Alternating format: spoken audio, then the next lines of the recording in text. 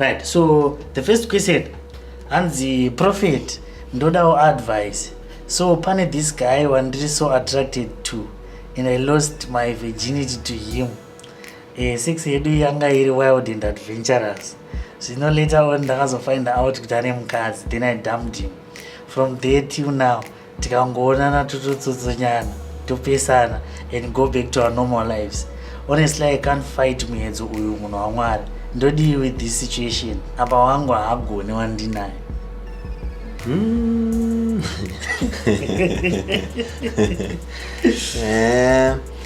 yakati omewezve yakati pfawe mchana pakuti number 1 ka musikana weka haana kuramba munhu nekuda kwekuti haachada munhu but akaramba munhu nekuti akafila kuti achitwa but paakazenge aona kuti zonino nyangwe munhu achiita nemukadzi ka haana kukwanisa kunge achiita let go munhu zvokureva kuti kurambana kwakaita ka akareacta because of the situation angapinda nenayo, not necessarily angasisade munhu.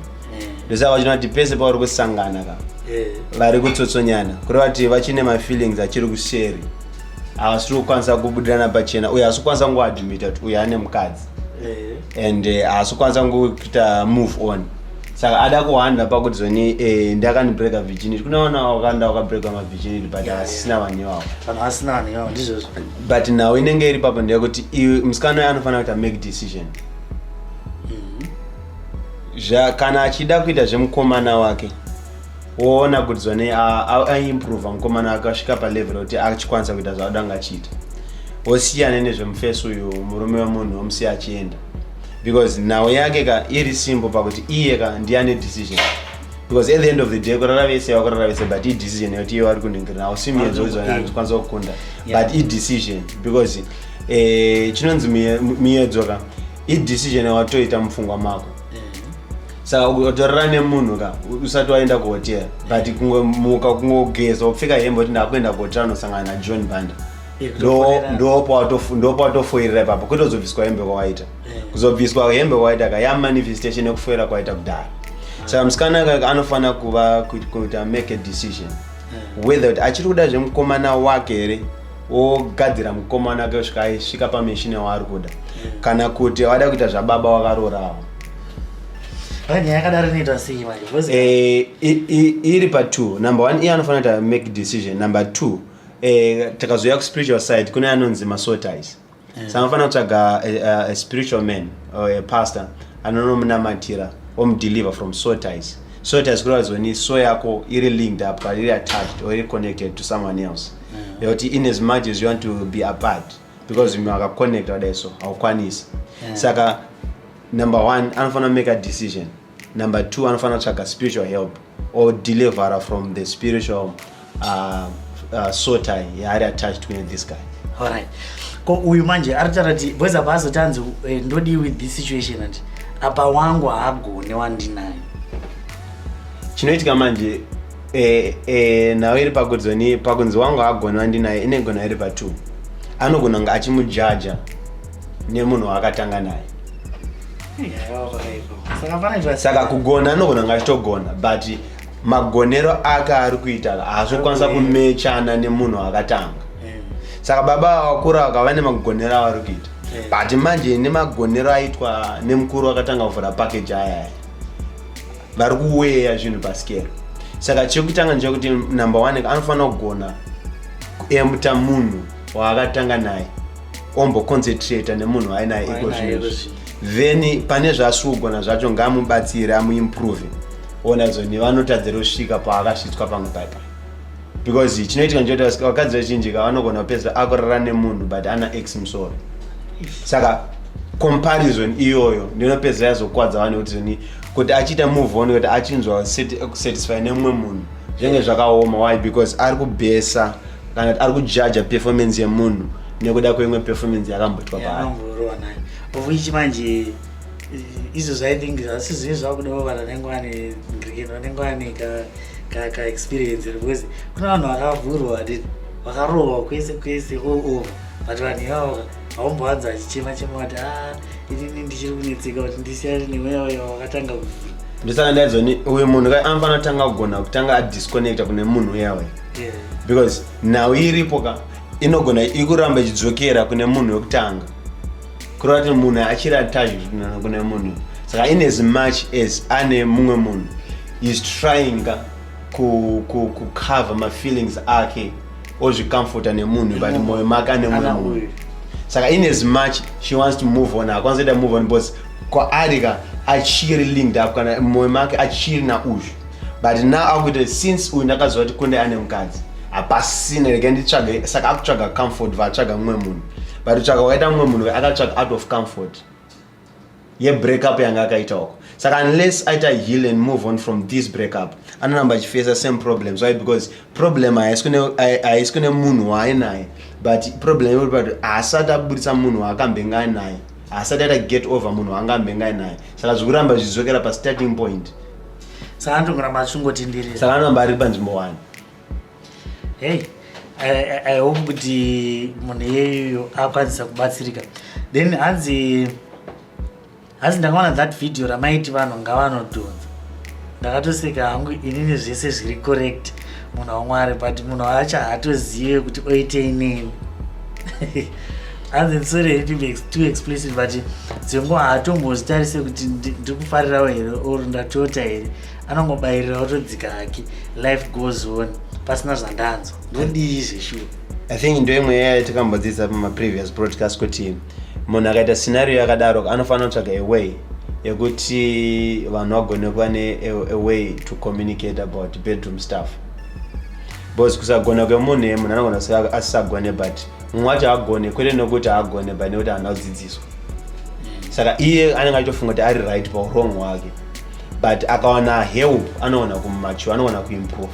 saka now inotangira pakuti ngapatanga pava neimprovement yecommunication mubedroom macho tisati taenda kuti tione kuti munhu anobatsirika because kuti munhu akwanise kubatsirika ka unge audzwa nezvazvo ataurirwa nezvazvo audzwa nezvazvo then omulita kuti abatsirike saka mumwe munhu haatogova nezveshuwa not because haadi kudzidza but hakuna munhu akambengambomudzidzisa nezvazvo ona problem yataita inoita kura museason yekuti hatina anasekuru nananoaitigasa zvekudhara zvotaigaswa pasi otanga kurayirwa nzi mbana pavada kupinda mubedroom kana zvavada vanopinda muwanano zvinofambiswa so neso saka zvimwe zvacho takuita zvedu zvemusoro wedu tega zvimwe zvacho takunzwa patine takagara paiva tichirova bonza chidididi genga parinongotaurawo umwe achiti ndakazodai nakazodai so kwezita zvimwe zvoteono pama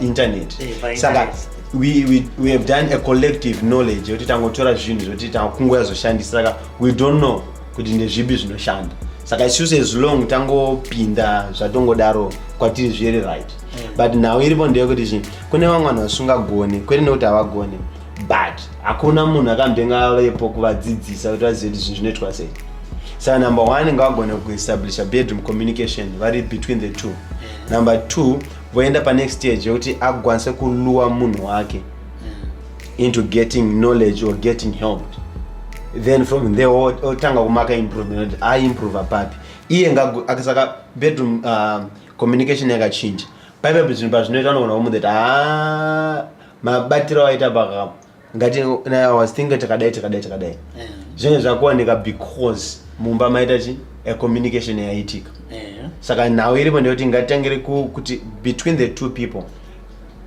communication yacho yes yakasvika yakakura svika papi before tatanga kuenda kuti munhu ngadzidziswe kune vamwe asingatogone but ngatange tabata chinhu chinonzi communication mudzimba umu madzimai vamwe havasi kuguta but communication base renyu rakakura svika papi munogona kucommunicatere nyaya idzi kusvika papi nababa saka nhau hombe tisati tatanga kuenda kubatsira munhu ngatanga taona zone vaviri avo communication yavo yakamirawo sei when it comes to these issues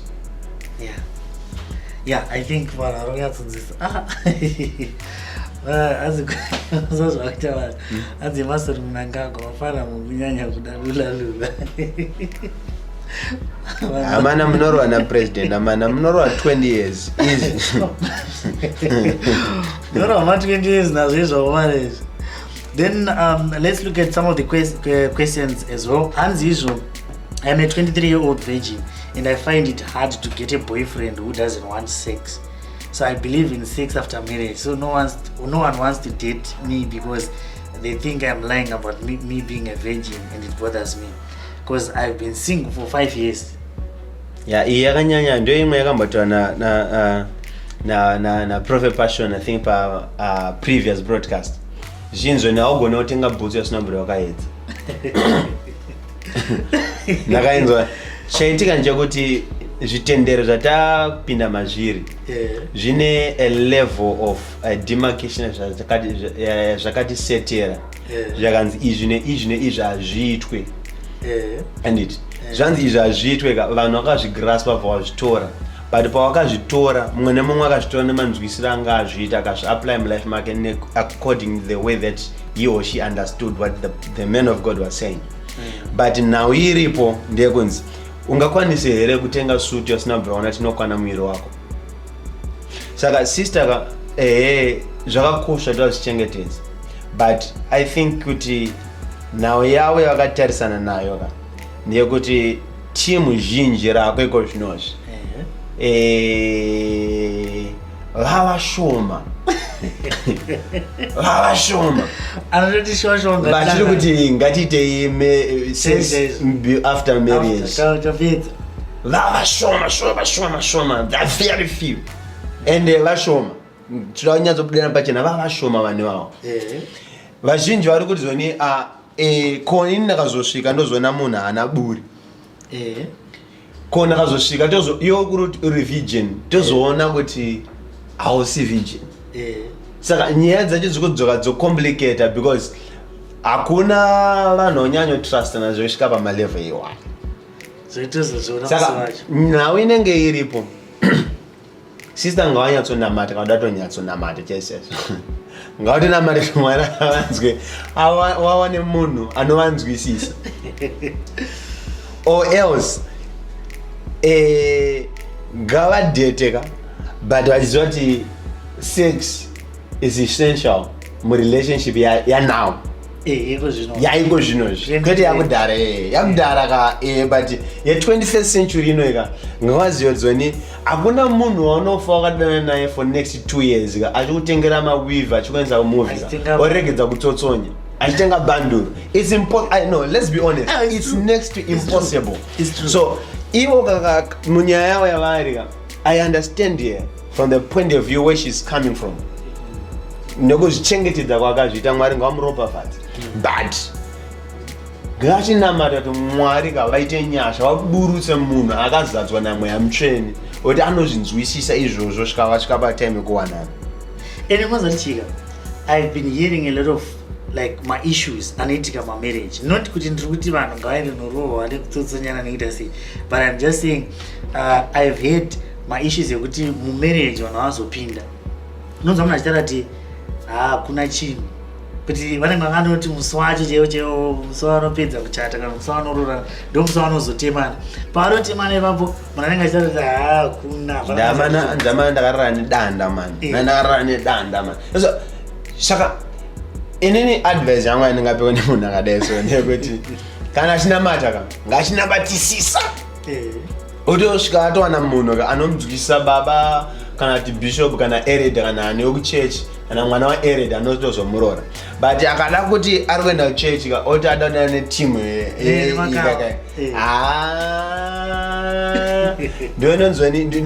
ndopanozanga netimu yaitaura nekubhaibheri nzoni imapere akapfeka dehwe renhingiri hembe dzehwai vanongouya kadanyatsona kuti ichokwadi. Saka at the end of the day anosara aita heartbreak. Saka position yaari there are two things involved. Sedza onamatisa sterek kusvika Mwari avamuitira nyasha vamonera munhu anomunzwisisa kana kuti if you can't beat them, join them. Exactly. Don't have any hopefully or maybe you're going to watch this video later on. But hapana mpaka hipa. Anziko ndikazona munhu anekado. Ndio nyashike. Wezi hapana matongo fraya macimbi. Hapana pandongouya yini. Ndongosika chitota anziko yayi. Panenge mazono ngomuziya. Munhu esandongoti vanhu vakapanana mafoni number. The next thing send a nude. Send a post. Munhu Mwari inawo yakaoma musikana kuti anyatsobatsirika. kana ro kuchechi ngakaramba ari kuchechi koko ngatonamata kuti Mwari ngatoita pamwe zvokutozoitwa zvokubatanidzwa zvezvo zvataitwa kudhara zvenzi brother ninga nasister ya kwete tanzweni uda kugadzira kutanga kuumbana kuti one from zero scratch. There are very few that you can find that they are going to be faithful and very understanding to an extent that they can date for the next 1 year until they get married without that happening. Because do yacho yatotara kuti ukaona munhu achitongopiwa phone number nhasi kuswera mangwana akwete kuswera mangwana ipapo achitopiwa number achingouya kuzodara nemunhu the next thing Dave this year above arisema mix send a picture 4-5 conversation ichipedza send a picture yakutonzi papadatoronga nzi tosangana sei saka ungati munhu akadaro angangouya kuzongosvika achingokuti inyaya yakaoma zvekutodaro chezvezve hazviitike pasi pezuva.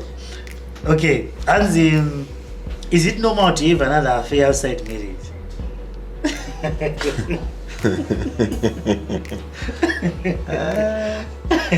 Is it normal to have another affair outside marriage? inini yangu handizoziva vangu but I think zvinoenderana zvinodependa kuti wakakurira kupi and pamangasangana kupi and zvichienda sei. But iyi yekunzi marriage affair outside another marriage from kwandobva hangu inini wangu nazvimira nekwatobva I don't think it's encouraged. One man for a one wife. Kana watorora watopika kuti ndakufa nayo otongozota utoramba kana ari mavheji otozota utoramba uchitora mavheji kusvika wafa tachize move ndiona ndichabata tambatsoro mabanzi tabata tachize move zvekunzonzi murume aita small house kune vamwewo watone ropa rinotomhanyawo zvekutodaro because hauzoziva kuti chakonzeresawo kuti munhu azoenda palevel iroro chi. Imwe topic yatinozobata nayo as time goes on because but takabata basic nyaya yezvinhu zvava yawabvunza izvo is it possible or is it not normal? Is it normal? It depends nevanhu. Kune vamwe zviri normal but kune vamwe is not. But zvakuenda nekuti munhu akakudzwa sei and pamakasangana nakupi and munotyawo Mwari kusvika papi. Hachisi chinhu chiri guaranteed kundi. It's not something that is 100% guaranteed kuti varume vese havana ma-small house. Vakadzi unogona kurarama percentage vakadzi iri nani especially kana amumba iri nani zvasiyana kuti umukomana nemusikana ipapo munogona kunge muri 3 but kana mukadzi arorwa apinda mumba amumba is very rare kuti mukadzi wakana mukadzi azoita step that boundary hameno zvawaita but murume wese manje chiuno chake chakagadzirwa chine mbeu iri ready to produce. Saka zvinge zvakudependa kuti munhu wakarora iwewe wakamuona kupi makasangana kupi and background yenyu yakakura sei. Saka kunzi titi is it normal? Papa normal apa pakapa ndo pakadhakura zvinhu because kune vamwe kutoita mukadzi 1 svika wafa hazvitombori normal zvitori abnormal. Then kune vamwe kuita small house zviri abnormal. Saka this depends with the person or it depends nekuti munhu akabva kupi akakurira kupi enda kuenda kupi kana kuti kuchurch vari rooted kusvika pashi muzvitendero. I think munhu atingamboti murume anenge abvunza zvo zvakadai unogona kutoshamisika atori murume ada kuedza kuwana chiguno chekuzowanda nacho paipai pakazoya profetiza nakundai pavaidzidzisa vakatomboti it's normal. Ada kuedza kuita engulf kachivi kake ada kapuruzira kuti kanyatsofaya nhama yabhozvo kutoda saka inonetsa nyaya yeyo because nauka inoenderana an individual. So it's something, it's not biblically, it's always good to have one wife. Mukadzi nemurume muchava nyama imwe, and the two shall become one flesh. That's biblical. But tine madzinza takakurira zvokutoti kana musina kutenda vakadzi 2 or 3 ka kwentonzi imbwende andona saka it depends nemareligion nekwatakakurira nekwatiri kubva. But speaking on the level yekuchristianity side, it's not. Mukadzi 1, murume 1. One wife, one man, one wife, till death do us apart. Kana ari mukadzi, is it normal kuti aite another affair? Zvinoitika vari makadzi vari kuita tumabhebhi ka tonzi tumapanda tumabhenti, even though aine rake murume rezera rake. Zvangofanana zvese kuvarume nekuvakadzi. Vamwe vakadzi vanozoita mabhenten why because mudhara ari kuita busy.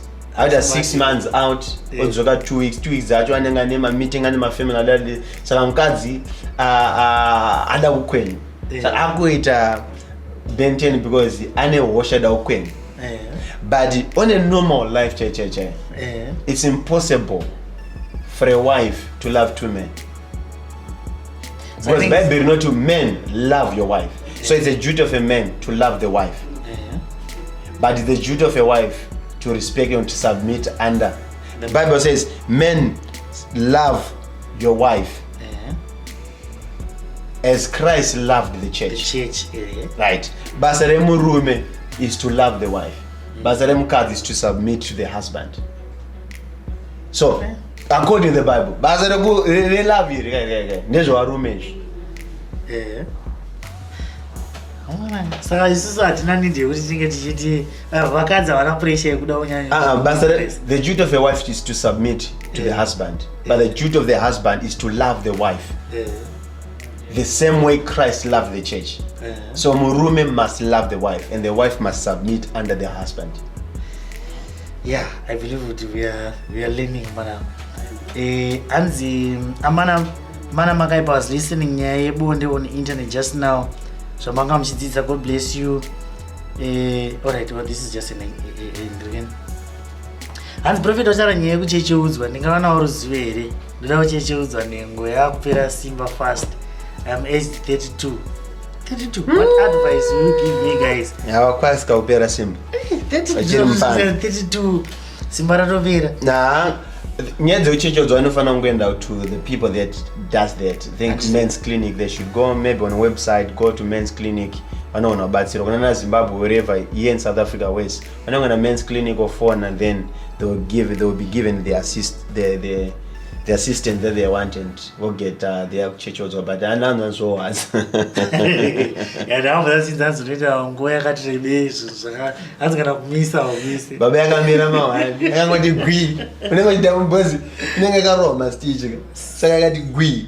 Skin inozidonza kama saka stitch ndachiti de. Uzatotoza kumirire. Unaza kumaji bwana. Zvovati bondo. Hanzi, I've been in this relationship yandainyatsotswibidwa ndichiitwa zvemufirimu. Later we broke up because he was so obsessed neni. Aisatoda kuti nditaura nemwe munhu to the extent yekusatoda kuti nditaura even nemale relatives. The relationship was so toxic. Later on I've been dating, but when it comes to nyaya dzesitonyeni ndeyengonzi fugunde yavenge istaura. I always try to communicate, but kutoti nditunde I end up ndakutofunga XY. Sometimes I end up ndakutoborrow poto knowing it's wrong. Ndaunorovesa poto somewhere knowing it's wrong. Saka how will I forget? Andizoti angoti relationship yakamera sei kuti vakarorana here kana kuti kana vari mukomana nemusikana. Ini nangu my advice ndoti it's better for them to separate, because vakatanga kuchitana vari mukomana nemusikana watimo kana vatozororana. So my advice is better to leave this one and start a new life, start afresh. Pane kuti urambe in a toxic relationship muchiri mukomana nemusikana and you want to say till death do us apart. Ndopa munozona kuti nyaya dzochifambika dzinozoramba dzichitozowedzera kana tinopedza sina hanya. Saka I think my advice is, I think it's very nani ndezvekuti munhu ngangogara angoenda relationship otanga zvinhu zvinyowani pane kuti aramba ari something that's not working. Vanhu vakawanda uzatika I've heard sometimes andaimbobvunza vamwe vanhu kuti nai unowanza munhu achitaura kuti hai inini mhuri yangu yakadai so murume wangu akadai zvinhu zvakaoma. Unobvunza munhu kuti haunozviona here muri mukomana nemusikana, like ivo vanhu vanozoabhuswa vanozoruwa wanda sei unonza achitaura kuti tiri mukomana nemusikana aindirowa saka iwo wakaenderei saka wakazobvumirei. That's what we're saying. Now already she's not being satisfied sexually, number one. Number two, already she's cheating. Okay? She's finding it somewhere else while they are boyfriend and girlfriend. So the question is, what is going to happen after they are husband and wife? What happens till they do us apart? Because wakanopinda muchinhu chawaiziva but waiziva kuti hausi kugutsikana saka unopedzera kuzotsvaga ma-aids from outside. Saka wakatanga kutsvaga ma-aids outside unopedzera kuzoita comfortable and wakazobatwa netype yemunhu iyeyeka hanyachaipere mushe. So the advice that I can give as a man of God, at the same time as a person, is this relationship is not working. Garabuda because already she's cheating already before the marriage. So the best way is to part ways and find somewhere where she find comfort and she moves on with her life. Yeah, this was at least we are robots we do about. Was that ndiri kurowa kwakasiyana siyana. Saka rombopota to test achona zvakamira sei. So which means unowanza kutoenda unorowa kwacho kusvika wanza kuti zvaita manje. Pana kuti uramba uchiti ndoramba ndichingoti naye but it doesn't work. Yeah. And the next time when you air with Prophet, may you ask him, how can men maintain sex drive? What foods are great for great sexual well-being? Amfana chikafu chakaita tuma greens, ma fruits, ma chichichi, ma cheese. Tuntu ne south tunoita kuti enanzi body plus my exercise. And then murume unofana kugara uri fit. Body yako haifana kungorenda so. Unofana kugara uri fit. And when it comes to nyaya dzekuprolonga inonzi stonyeni. Now inowanika pa inenge iri mu kamuitiro, the way that you perform when you're having the game. So the way that you perform, my movements ako, the faster you go, the quicker you release. So you must be able to read your body language. Wakaita ma movements, pane body yakonotokudzeta mudara zvinge zvada kuita. So you unoto communicate nemunhu wako chimomera mova, ombo concentrate neukisa neubata, but you are inserted but wakamira. There's no movement till you go down again. So Gareva kwadzaya engine yakudziya engine yakadziya unoona ref count kutambira kuna na red kweko yadarika 6 yadarika na 7 kuka red line kai visa gumba kaimbodzika foot otangiti saka now iripo pauti mafamsiro anenge achita body yako right and kunitone mamwe position unotoziva kuti munhu akarwa position anondikwadza I cannot stand it. It drives you. So such positions unotanga umaita sei? Unozoita kokupedzera ku final kuma 98 minutes kweke mu extra time. So now inenge iri panoti mamoviro ako kamfemero it makes you release, you go. So my breathing yako unofana kufema muna normal and the mind yako uchirova ngaisanya you are too concentrated because the more you concentrate, the more you meditate, the more you come. So unofana mbochagira zvimwe zvokumboita ngaita multitasking. Ngambotaka tumechondo kuona mhepo.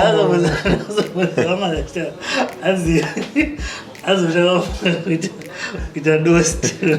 Kuna watu wakafuka saka chikori cheche mangwana haufa. He's trying to distract his mind from what is happening. The body is working but he's trying to take the mind outside. Kana mukamso kaboro zikanje. So unofana kuchaka something to not distract because nawe yekuuya if focus yawaisa pane chinhu chauri kuita. That's why you know say mumwe munhu kana kuti anotsinzina Shadow that sins in our school but he's gathering all his motions and he's focusing on one thing. Why? Because he's forgetting everything. Nothing else is now existing. It's now him in the poto ya guru apana. Saka poto ka nezvikitika pana mane game nema movement ndio zvakutonga. Saka unowhere. Saka for you to have for you to prolong in the game. Number one, you must manage your movements. So I don't ba ba ba ba ba ba ba. Mbomira fema. Kwete ngora mbonyore. Bana ibare time yekuti unotanga wanzi rova. Bwezi hatukurova. Ega right. Unawe kurova ndanga kuti rova. No. Iye kaka kuti rova kurati apa duze okuwe. Iyo manje rova. Wakana munhu wemukadzi akutanga kukupa encouragement. Ukunyazorova chaipo chaipo. Saka kana aya game yekunzi rova munhu akude that ipapo. Ndikuta zvoti ndingota uchingopinda kuti pam. Oya body pam da. Munhu kokuli alpha. But utazo uri mom game manage. Ukurutia urukiti. Then munhu zitanga kuti ipapo ndo pane nyaya yese. Saka ipapo manje you give it all. Baba you give it all. Manje manje rova ipapo. You give it all. Ipapo manje refuka. Refuka ndinanga. Saka wakaona refuka ndiyakusvika na 9 ka. Wakaona kuti wada kuya unogona kubuda. Pana no bana utuko kana. Aubude kwa ningirire. Unobuda ka. Otanga kushanza na zigoni. You are keeping the fire burning, but you oda kuzorora bozo zete mawani kuno.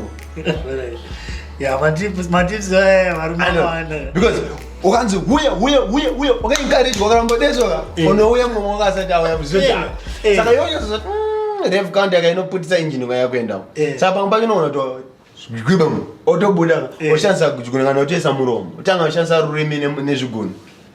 Uku kuda kuramba keep a fire burning but yokuzo umbotonodza engine. Panonza kuti engine yenge yakuningirina ka. Osvika futi chifugu apa manje wakunokavira manje. Aunotanga tokavira. Unozona apa unopedza basa renge rabatwa. Padaro chibhurama achirege. Basa renge rabatwa, harenga rabatwa. Achiregedze kuna chibhurama. Chibhurama chinotoya. Chibhurama. Wakumana pano kudown apa. Chibhurama chinotoya baba zvokutoda. Vaiva. Yeah, saka I think munhu anenge adairwa. Hanzi also mukambobata nawe gym, how to have six pack, muscle tones, diet yacho. Yeah, I think zvakuda vegym wacho. Vegym wacho. Paka ichingoda zvimazana hakuna gym, but zvimwe zvacho unongoenda pa YouTube ukangonotsvaka. Apamba chinongoita ma press ups. Oita ma sit ups. Watsvaka rope. Wotsvaka rope, wotsvaka chivhiri chacho. Skipping rope. Tsvaga vhiri chichi. Ungotsvaka zvimwe zvinongoita ngoti ungokipa body yako in shape and zvema six pack wakaenda pa YouTube kuti how to have six pack. Unogoogle ona achiita but vhiri ma press ups skipping rope inogadzira tuntu twakaita setwoto. Haumbotadzi kuita. Bhozi chinoitika nje kuti dzongwa kutadza kurova kunoita vanhu. Inyaya yekuti unonga usiri fit. Bhozi sezvamachara pepe. Paunotanga kudaiwo pacho kufema kwaunotanga kuita uchaisa nditi. Unotanga kutonzwa kuti wakutadza kana kufema. Apa munhu ari kuti robhora iwe kufema wakutonzwa kuti zatosvika apa watopa tight. Watoneta, unenge watoneta. Tiri panyaya yekuni chete vamwe zvinodependa but pamwe pacho ka unogona kuti prolong unoona kuti first round unoona kuti boss kazhinji first round varume vazhinji vanotokurira boss. First round angangori saka unoona kuti mungoita kuti madhamu angori bata oridya didi orwa lollipop svika mauya motanga kugadzira second round. Saka it depends because kuna angoti katora one round ka anengonono. Apa iroro racho riri one round anengatamba first round. Achitongopedza marezera kuti bhora rapera samari vepatotara kuti bhora rapera. So we still have a lot of questions but nguva dzedu ka dzinenge chiringa zuva chasvika chikakwata vanhu vatanga kuuya ka vanhu vatanga kuuya tendera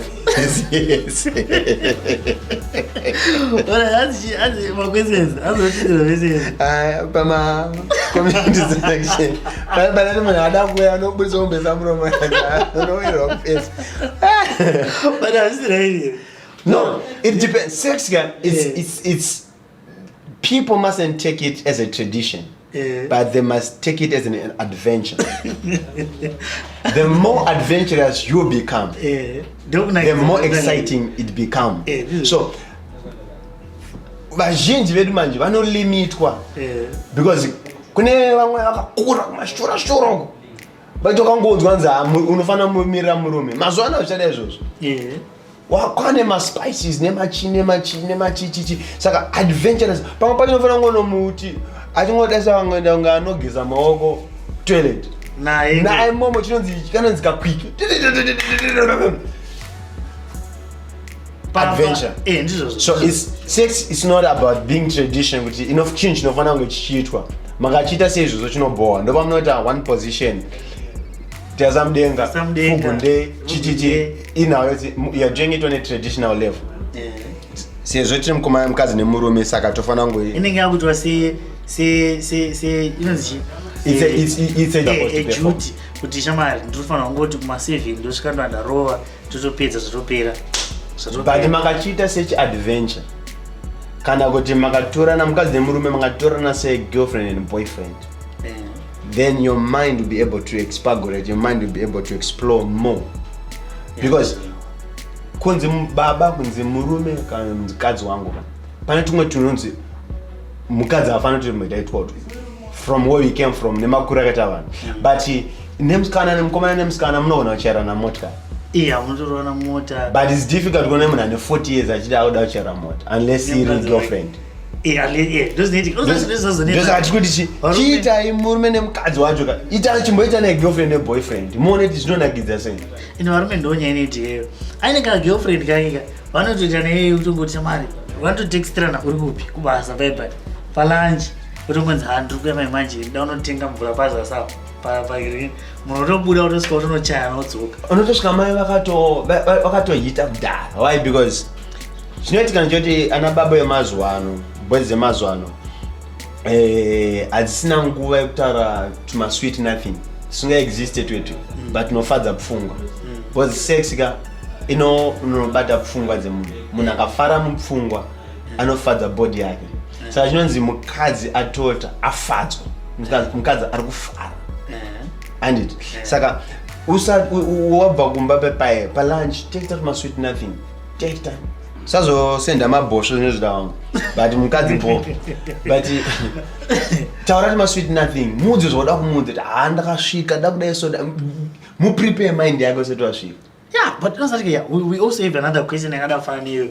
It's like someone was asking kuti naye toita sei quarantine pana lockdown pana and ndinaye nguva dzese mukadzi 24/7 ndomaintaina sei kuramba ndichingoti everyday zvezvichifana. Now quarantine pana pamanje hazvichada kuita ngokurovera kumhanya bozi unofenda pamwe pacho chingoitai cardio ungakabvumba mira chingomudza zvisina basa chichichichichichichichichi muchiona firimu mese manje ana baba emazuva anoona bedroom anangonorova chunhu chete saka quarantine panapa gona kuprograma pamwe pacho munongoita foreplay chete hapana penetration foreplay chete munhu otouya nechigunwe nemuromo munhu otouya pai motorari.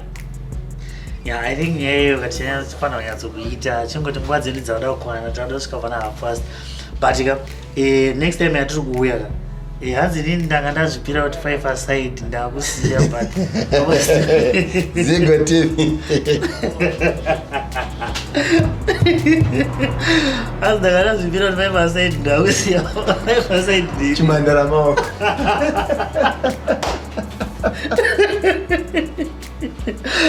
Zigo, how many times did I go?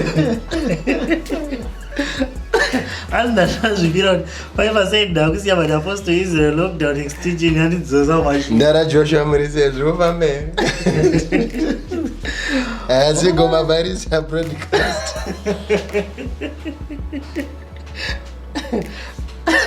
Change it up, sugar and that. Nagairo faster, take. What am I wrong? Where's what I think was 14? I think I'm 14.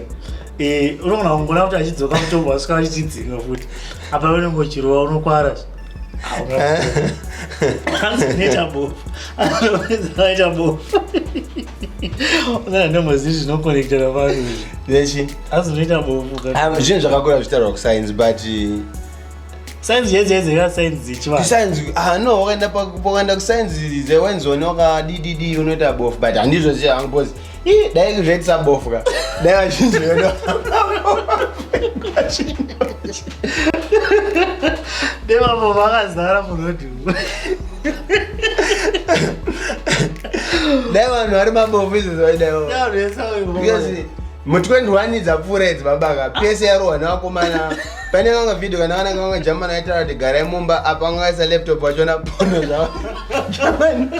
Boy here saka dai zvaitisa bofu ka. Dai tine mabofu akati wandei izvezvo.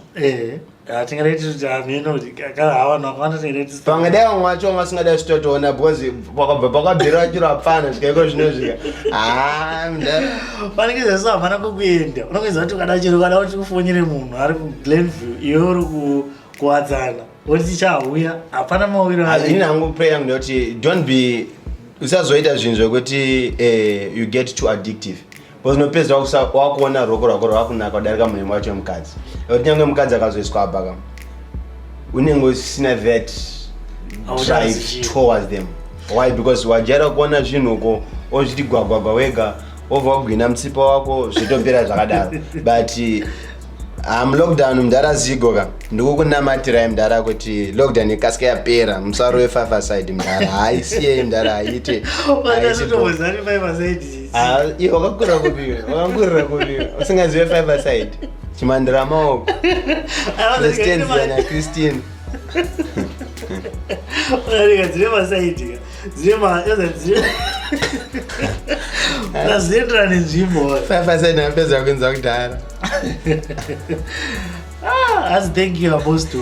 Ndikukunamatira zigo and handizive kuti mamune bebere mudhara ndikutsvagire kanyakatwaba munyama chako chaiko kamisisi kane bvudzi remashuwa ringe svika kuno rekepa after lockdown.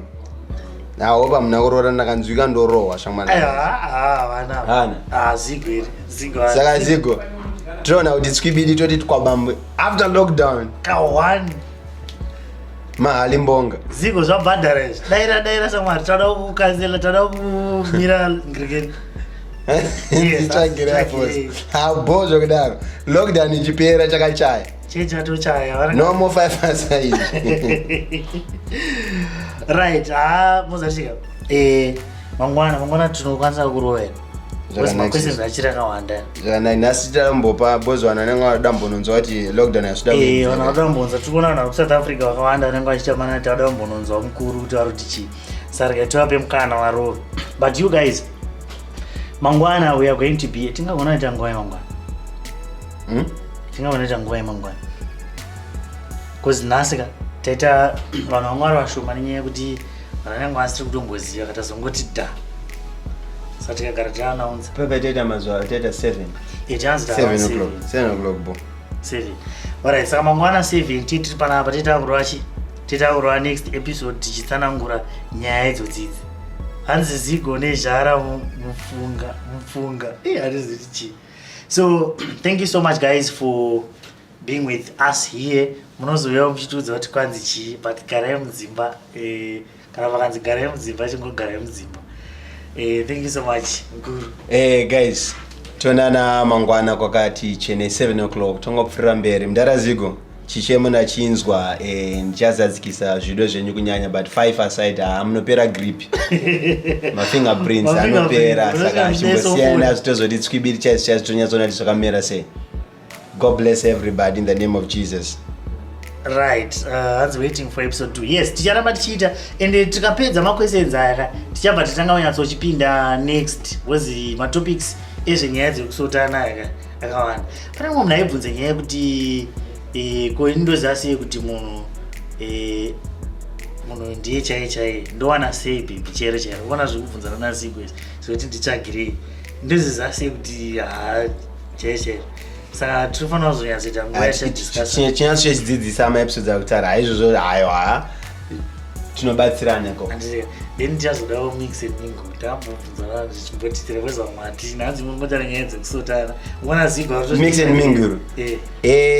Mix and mingle vanongosenda musazonyanya kutaura vanhu vemuafrican movie vayo yakati mune makawana kutele munhu havai musazotaura vanhu vemufilm vasingaexist musataure vanhu vasingaexist taure vanhu vanoexist saka vamwe vacho anogona ngosenda pagroup chat yedu then toona kuti tinozvigadzisa sei muri kure sei toona kuti tozvifambisa sei habo zvekutodaro apo maitida kushandisa zvese knowledge yedu sevanhu venyama neknowledge yedu yepamweya tovheta toona kuti compatibility yakamira sei kana vanhu vachinzi vanombosangana maybe for lunch mboti vanhu mbosangana for lunch pasina zvekudanana mumbona kuti pfungwa dzenyu dzacho dzinopindirana here munofarira zvinhu zvimwe chete here oona kuti zvinoendeka here kana zvisingaendeke tozvisiya kana zvichiendeka toramba tichimachuwa toona kuti tosvika pano.